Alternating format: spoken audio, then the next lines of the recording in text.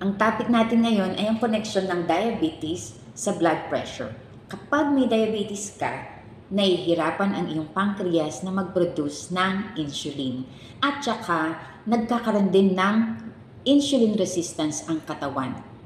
At ang liver mo nahihirapan mag-signal sa katawan kung kailangan nang ibalik yung glucose back to the liver to convert it back to glycogen para hindi muna magamit ng katawan. So nalilito yung liver. Anong nangyayari sa buong katawan kapag ganito? Ano ang epekto nito sa blood pressure? So nagkakaroon ng strain sa iyong blood vessels. Nahihirapan magkaroon ng blood flow. Pag nahirapan naman magkaroon ng blood flow, nahihirapan din yung kidneys na mag-filter ng blood. Magkakaroon ng overstaying ng fluids. Meron fluid retention.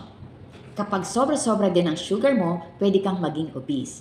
Kapag naging obese ka naman, naiipit din yung mga blood vessels. So, nahihirapan magkaroon ng proper blood flow.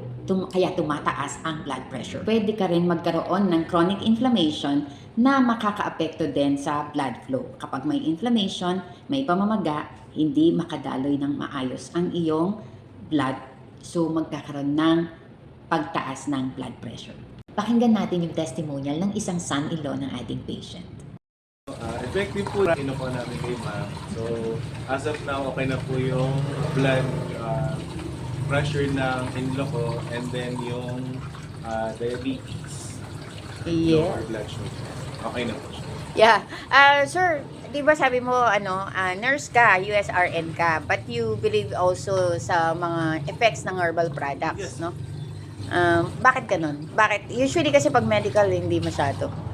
Well, it comes naman po kasi sa mga, depende din po sa gamot.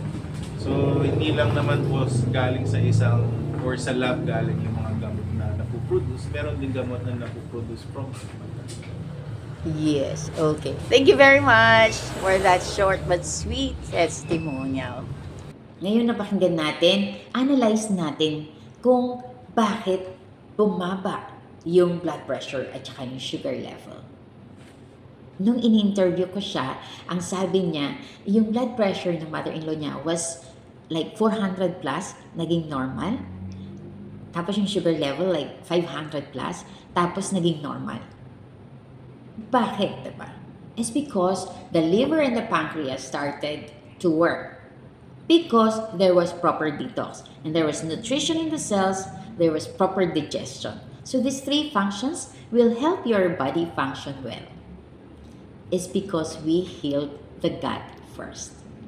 So, heal the gut in order to heal thy body, because healing the gut means healing the body.